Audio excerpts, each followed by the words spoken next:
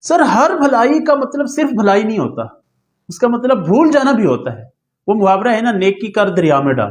سر آپ ایک بندے کے ساتھ بھلا کرتے ہیں، اگر وہ بندہ آپ کے ساتھ بھلا کرتا ہے تو ویل اینڈ گڈ، اگر وہ بندہ آپ کے ساتھ بھلا نہیں کرتا تو اس چیز کا بھروسہ آپ اللہ تعالیٰ کی ذات پہ رکھیے۔ سر یاد رکھیے گا، اللہ تعالیٰ بہترین بھلائی عطا کرتا ہے اپنے بندے کو۔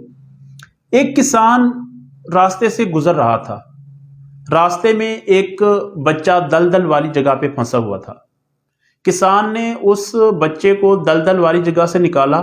جیسے ہی اس بچے کو نکالا تو وہ بچہ بھاگتا ہوا اپنے گھر پہنچا۔ اس نے اپنے والدین کو بتایا کہ میں ایسے ہی کھیلتا ہوا دلدل والی جگہ میں پھنس گیا تھا، وہاں پر ایک راستے میں جاتے ہوئے کسان نے میری جان بچائی اور مجھے اس دلدل والی جگہ سے نکالا۔ تو وہ بچہ جو تھا ایک امیر گھرانے کا بچہ تھا اور والدین کے لیے ایک اکلوتی اولاد تھا، تو اس کے والدین بہت زیادہ خوش ہوئے۔ انہوں نے اپنے بچے کو لیا، دونوں میاں بیوی اس غریب کسان کے پاس پہنچ گئے۔ جیسے ہی وہ غریب کسان کے پاس پہنچے تو انہوں نے کسان سے کہا کہ آپ نے ہمارے بچے کی جان بچائی، دلدل والی جگہ سے نکالا، یہ ہمارے لیے ایک اکلوتی اولاد تھا، تو اس کے لیے آپ کیا انعام پسند کریں گے؟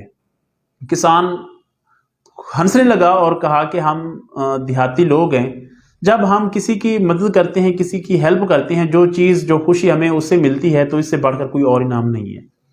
تو اس امیر آدمی نے کہا کہ اس کے لیے آپ کیا انعام پسند کریں گے؟ تو اس غریب کسان نے کہا کہ اگر آپ میرے بچے کو تعلیم دلوا دیں تو اس سے بڑھ کر کوئی اور انعام نہیں ہے۔ تو اس امیر آدمی نے کہا یہ بھی ٹھیک ہے۔ تو انہوں نے اس غریب کسان کے بچے کو لیا اور اپنے بچے کو لیا اور وہ گھر واپس لوٹ گئے۔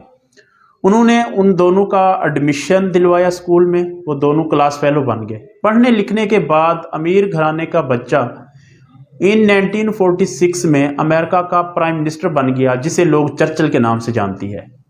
اور غریب کسان کا بیٹا پڑھنے لکھنے کے بعد ایک سائنٹسٹ بن گیا، جس نے پینسلین کو ڈسکور کیا تھا، جسے لوگ ویلدر فلیمنگ کے نام سے جانتی ہے۔ سر یاد رکھیے گا، ویلدر فلیمنگ نے جو پینسلین ڈسکور کی تھی وہ 1946 جنگ عظیم دوم میں زخمی ہونے والے سپاہیوں کے لیے ایک اینٹی بائیوٹک کے طور پر مددگار ثابت ہوئی۔